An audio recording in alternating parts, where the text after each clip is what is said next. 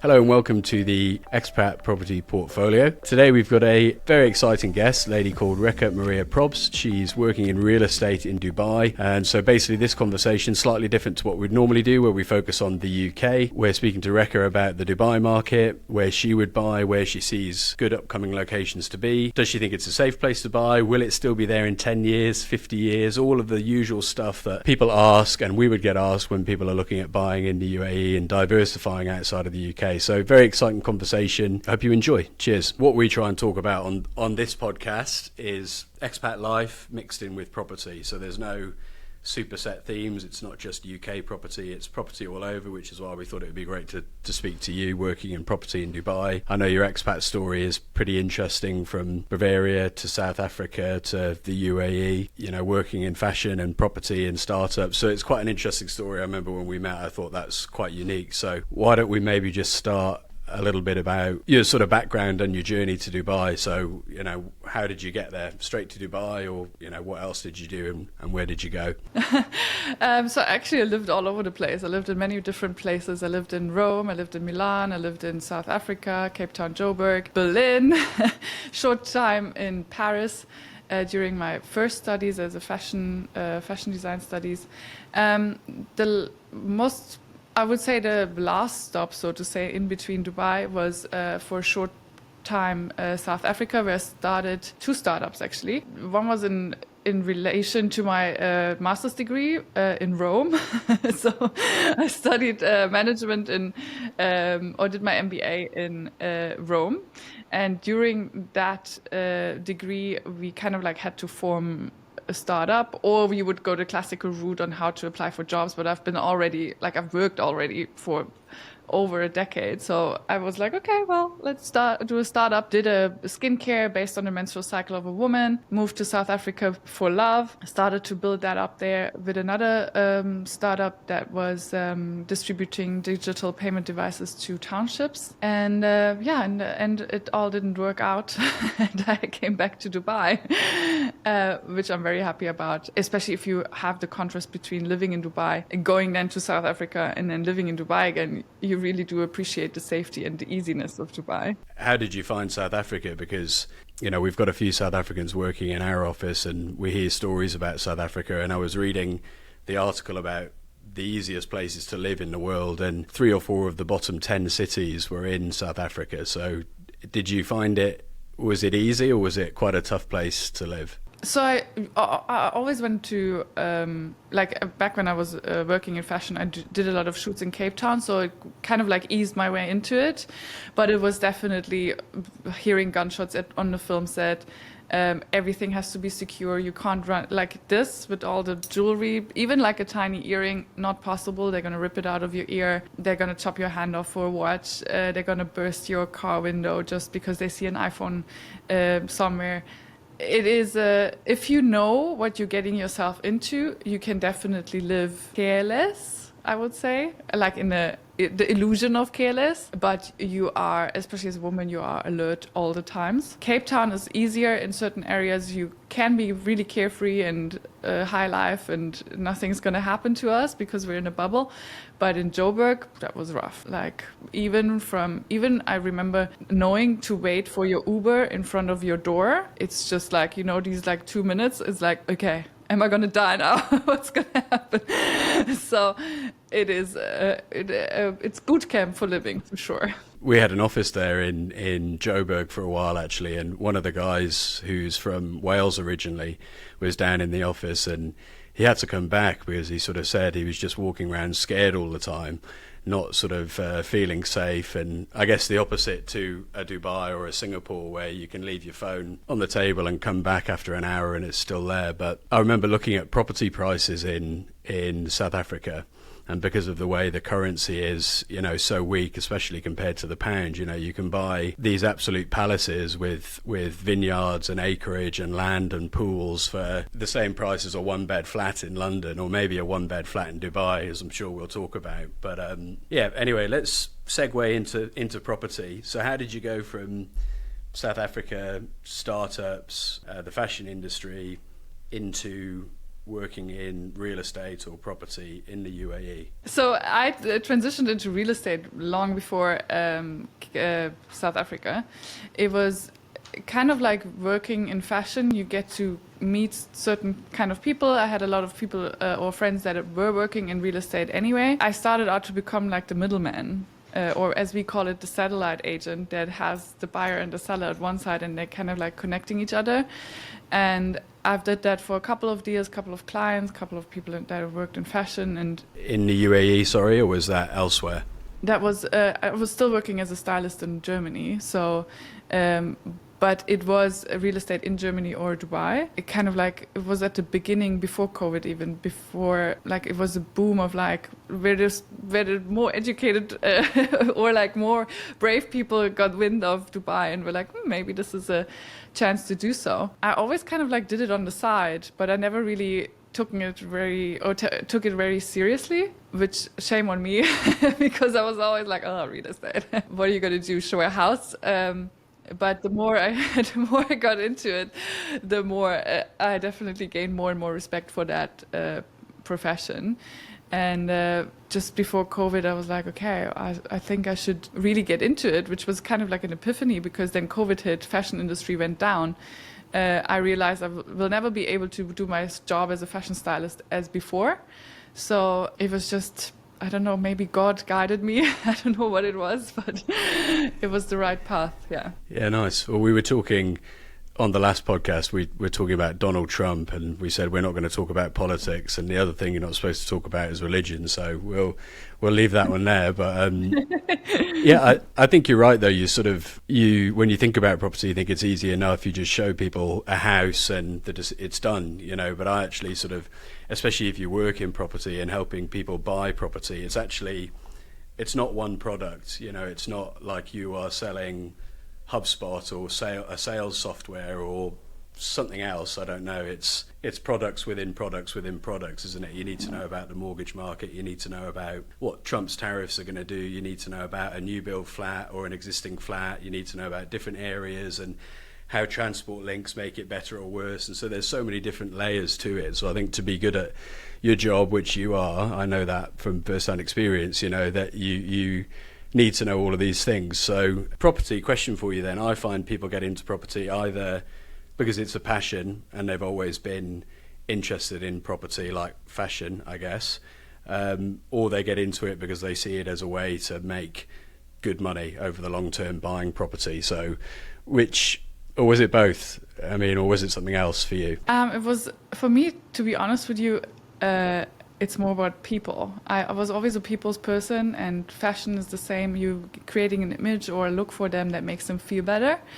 And for me, real estate is kind of like the same. You're part of one of the most important decisions of their life. You will kind of like stick to their life forever. And for me, it's just really like I get a lot of joy of making people happy. And obviously, if people make money, they are going to be happy. So it is for me more that route. And for me, I always, if somebody tells me, "Oh, you're in sales," I'm kind of like insulted by it, because obviously at some point you're going to make a sale, but it is so much more. It's more like guiding them through, holding their hand, getting them as much information as possible, pushing them over the edge when they're scared. I see it more like a companion or like a shoulder to lean on in one of the biggest decisions of their life they're going to make. And you obviously also going to influence not just their wealth, but also the wealth of their children and their grandchildren. So it's a lot of responsibility, and I'm very proud to be part of that. When you come at it from a people perspective, I think, where you are, because I think that's one of the biggest things. You can't just, it's not one size fits all, is it? It's not, I'd like to buy a property in Dubai and maybe we'll talk a bit more about this, and you would say, okay, well, buy here, this is good. You ask questions, don't you? And you sort of say, well, what are you trying to achieve? Is it somewhere to live? Is it an investment? What are you trying to get out of it? And it's very easy, I think, to know where to buy once you've asked all of those difficult questions, and then you're actually left with, okay, this is my budget, this is my timeline, this is what I'm trying to achieve. Therefore, based on that blend of things, this is going to be the best place to buy, right? So I think I agree with you there. It's about sort of working through and asking questions. It's very consultative. I don't think there's too many T's in there. Majority of the episodes we've talked about so far on the podcast have been around the UK. We've looked at some Asian properties, so this will be the first one we've discussed Dubai in. What are some of the reasons you find then that people are buying in Dubai? Or is it just everything? You know, it's places to live, it's investments, or are you sort of seeing common themes in people that you're dealing with when it comes to buying? It's definitely money, 100%. Yeah. Quick and easy money, so to say. Everybody comes here with a dream of, I'm going to buy this investment, and then I'm sorted. And I think compared to Germany, where I work in real estate as well, you can definitely achieve that here. The dream is becoming reality here, whereas in Germany it's a lot of hustle, a lot of struggle. You don't know if it's going to pan out the way you want to, whereas in Dubai you have so much possibilities, and you can still, I feel like Dubai is the New York of the 70s, the land of opportunity. Yeah. America in the 60s. Sorry.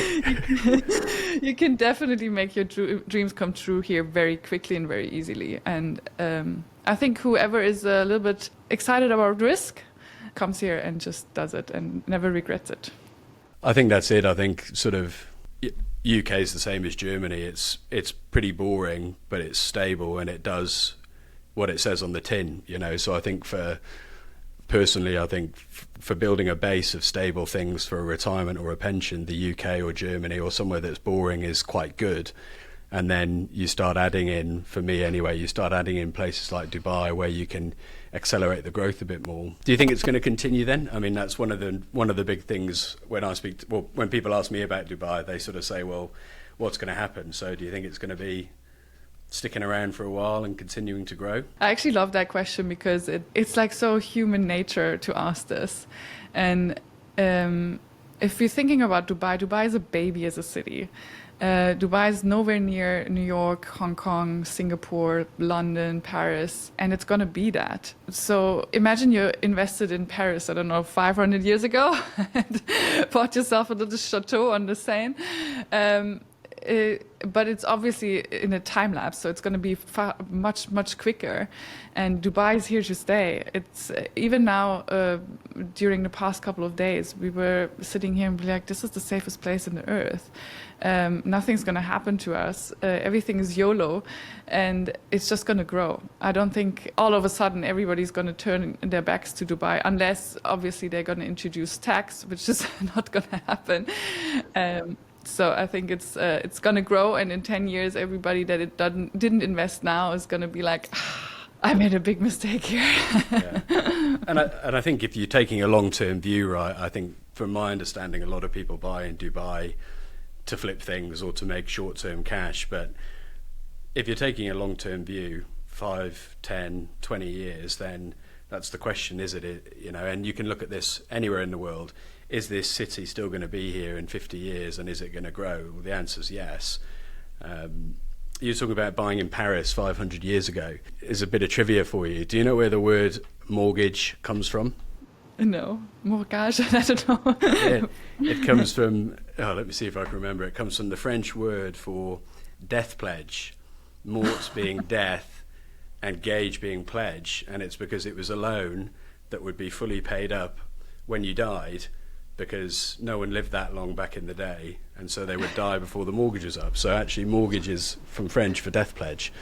So, all right, so if someone's listening to this and they've living in the Middle East, or, you know, they've got a portfolio, or they want to start and they're thinking about Dubai, what are sort of some of the basics, you know, the tax, the mortgages, you know, the different things you need to consider when you're buying in Dubai, just from a top level? Can we maybe talk about those a bit?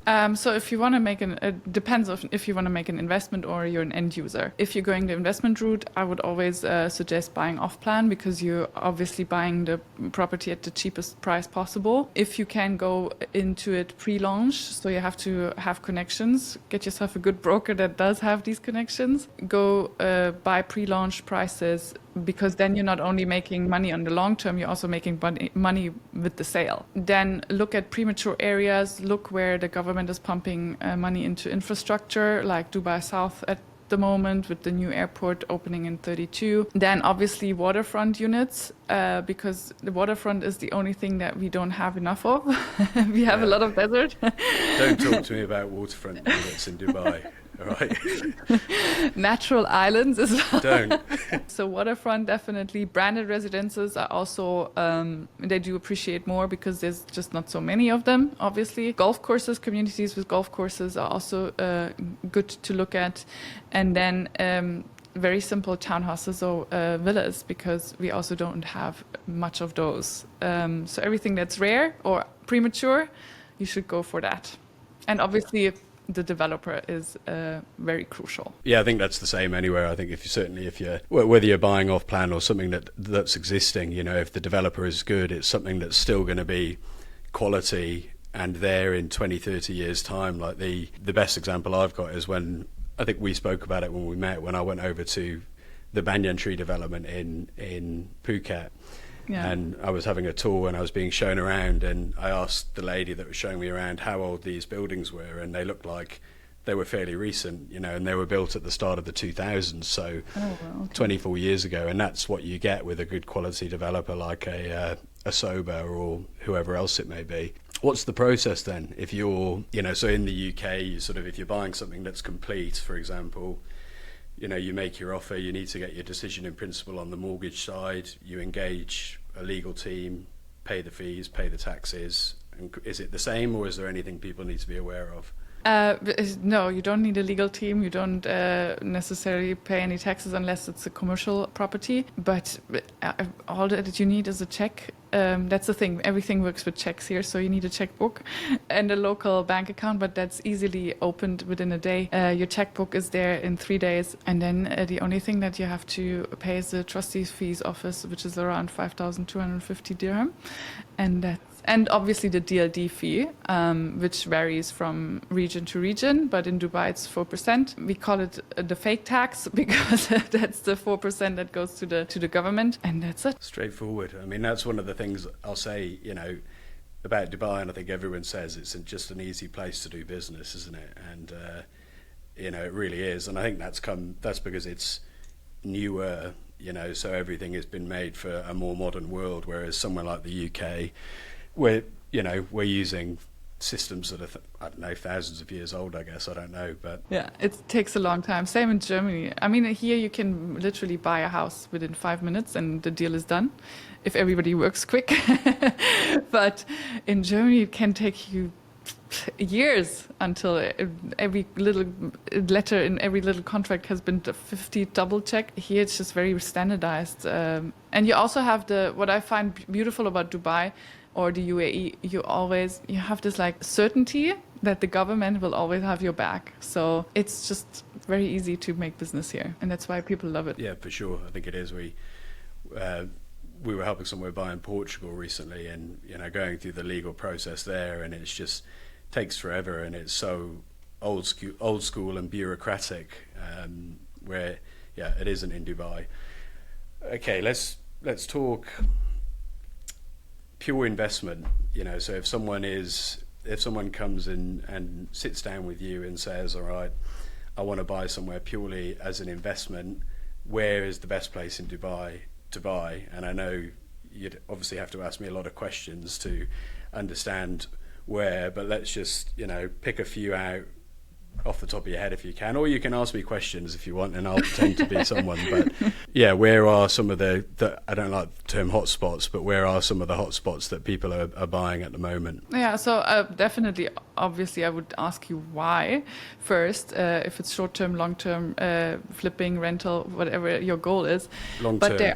Always long-term. Yeah. Always long-term. Then I would say go to Dubai South. It's or if you have the money, buy in Palm Jebel Ali. That's going to make you long-term a lot of money.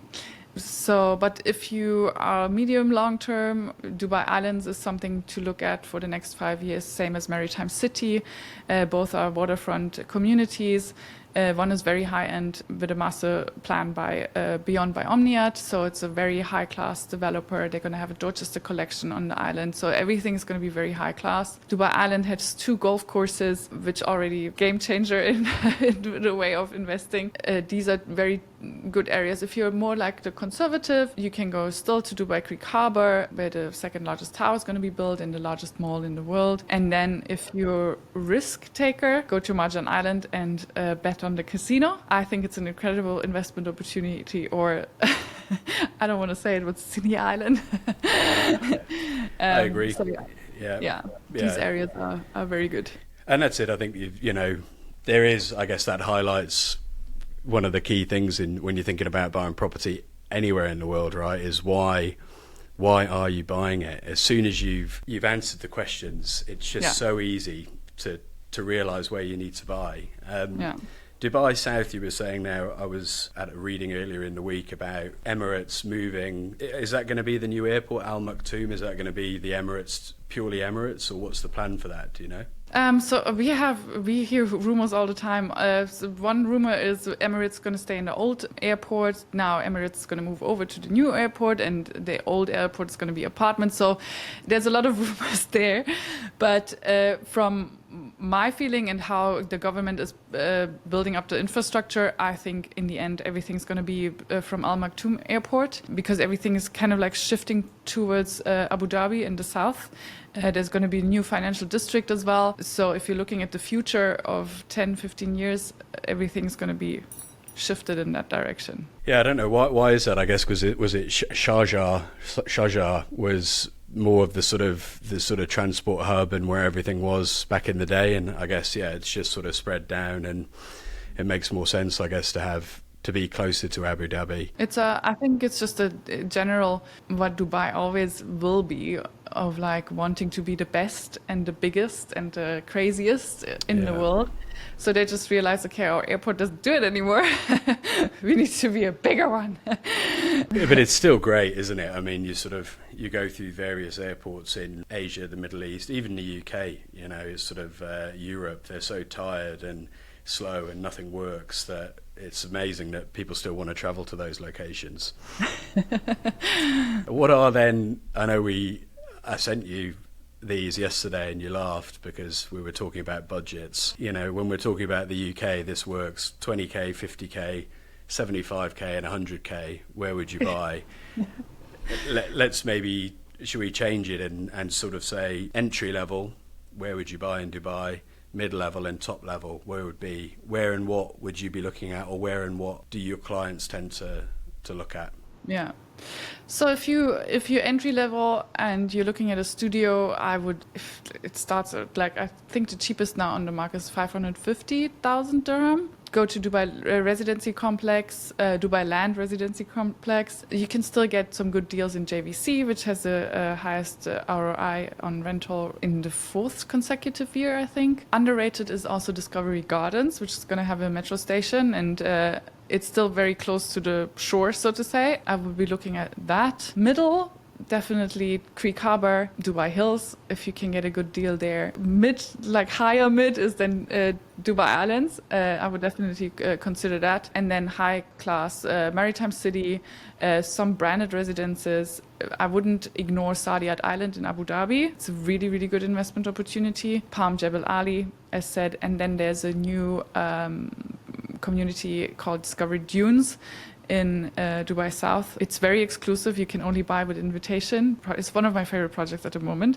But before you can even get information, you have to introduce your client and see if he's even eligible to buy there. How much do they cost, or is it a secret? Is that a secret? I don't even know if I'm allowed to say this. Yeah, okay. You can buy plots. The thing is, you can only buy plots. You have to build your own house, or you have them build your house. But the entry level, I can probably share the square footage price. It's 1,200. It starts as 1,200 dirham per square foot. In the first phase, it's just a crazy cheap entry level for what it is. And the thing is, it's Discovery, so they have 38 other projects all over the world, and people like Bill Gates, Zuckerberg, Tom Brady, George Clooney live there. Actually, that was the birthplace of Casamigos by George Clooney. So cool. Yeah. That's my favorite tequila. I There love we it. go.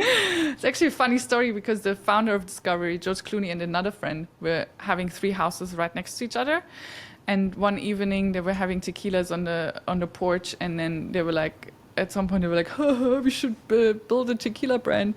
And then they were like, yeah, let's do it. And then they put it into every Discovery community, and then they sold it for, I think, 10 billion now. Yeah, it's crazy, isn't it? You know, that the sort of celebrity tequilas, everyone's got one, like celebrity gins and, you know, skincare stuff now as well. All celebrities seem to have one of those. So what is, just out of curiosity, what exactly is this Discovery?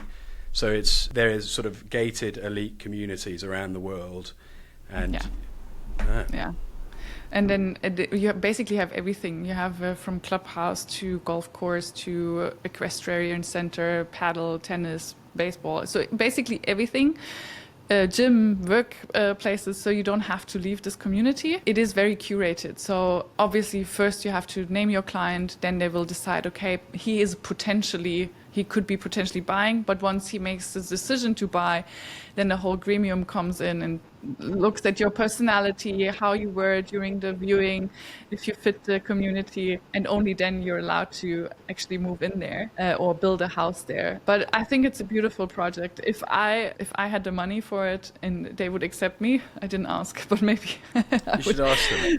Definitely move in. I mean, imagine who your kids are gonna grow up. Imagine who are you gonna have breakfast with every day. So there's a lot to be said for it. You know, I know someone that works in property in Singapore and, you know, lives in the best part of town, and he says, you know, that's the best way to do business is I'm rubbing shoulders with all the sorts of people you want to be working with all the time. Yeah, it costs a fair bit of money, but, you know, I guess it's the same as golfing. If you're a golfer, then you're sort of rubbing shoulders with those leaders of industry and those sorts of people. So I can see it would be cool. Say I want to buy, I'm based in the UAE and I want to buy something that's ready. What sort of deposit to mortgage LTV do I need? And then to extrapolate that, if I'm based not in the UAE, what sort of deposit to mortgage do I need? As a resident, you apply for a mortgage and you get up to 85% approved, and the rest you will have to put down as cash. And as a non-resident, it's up to 65%. And is it easy to get a mortgage as a non-resident? Yeah, very easy, because they're taking the ready apartment as security. So I have not, in all these years, I have not one client that didn't get a mortgage approved. Yeah, I think it's the case in most places. I think you can always get a mortgage. It's just a case of the terms and the rates and all of that sort of stuff. You know, if you're in a less favourable location, then it might be a bit more difficult, but you can always do it. We had a mortgage broker I spoke to once and asked him where the weirdest place was that he got a mortgage for someone was. And, you know, not to buy somewhere, but this person was living in this place and buying in the UK. Do you want to have a guess where it was? Alaska? Other end of the world, Antarctica. He was is that Antarctica down there? I think so. He was working on not a space station, a research centre, and was a British person down there on a research centre and got a mortgage to buy in the UK. So you can get them from anywhere. The thing is, though, I don't know if it's the same in the UK, but for example, if you get a mortgage here, you can only use that mortgage to buy that apartment. So you can't get a loan, so to say. So that's a little bit sad, because that would make our lives much easier. But yeah, it's true. It's the same in the UK. It's secured against that specific property. Just in myself, I find it interesting to speak to other property people and ask them about their strategies or what they would be doing if, you know, they had a pot of cash to go and buy property with. So what would you be doing? You know, do you have a current property strategy? What is it? What are you doing? What's my budget? What's my budget? Okay, good. You're asking questions. This is good. This is the way it should be. I don't know, what's your budget? You've got £150,000, so in dirhams that would be, for 600,000 dirhams, say 650,000 dirhams. So it's not much to play with, but no. I think it's it's a good, for Dubai, a good sort of entry level, I guess. But yeah, what would you be doing with that? Would you be all in on Dubai? Would you be spreading it around, buying back home? What would your plan be? Okay, but in the hope that I will still earn money, yes, and not quit my job, I would definitely buy one ready, let's say, studio in JVC, rent that out, And with the rest, I would do a down payment for an off-plan property, maybe a studio, maybe a one-bedroom, depending on how risky I want to be. But me as a real estate agent would probably do something very safe, which would be Imar, although it comes at a higher price point, but I know it will be easy to sell in case I have money issues. So I would buy a one-bedroom with Imar, put the down payment, and then hope for the best. Yeah, and so these would be long-term, there would be long-term buys. You sort of buy them, get tenants in there, let the tenants pay the debt off. I would always try to diversify my portfolio. So you have a couple of things that you can rent out, but also a couple of things that you can quickly sell in worst case scenarios. I think that's a good way to go. You know, if you've got, why buy one thing with X amount of cash when you could split it up and buy 3 or 4 things, you know, because if one's not rented, then it's only 25% of your income not coming in. And especially if it's a pension builder or an income for the future, you don't want something to be empty and then you've got no income. And it's easier to sell smaller things because you've got more people willing to buy them, right? Not everyone can buy in Discovery, but most people could buy a studio in JVC. So JVC. So have you got any other sort of topics you'd like to go through? Or no, I think we've done a good job here. Smashed it. All right, Reka, thank you very much. It's been lovely speaking with you. It's been a pleasure. Thank you. Have a good night.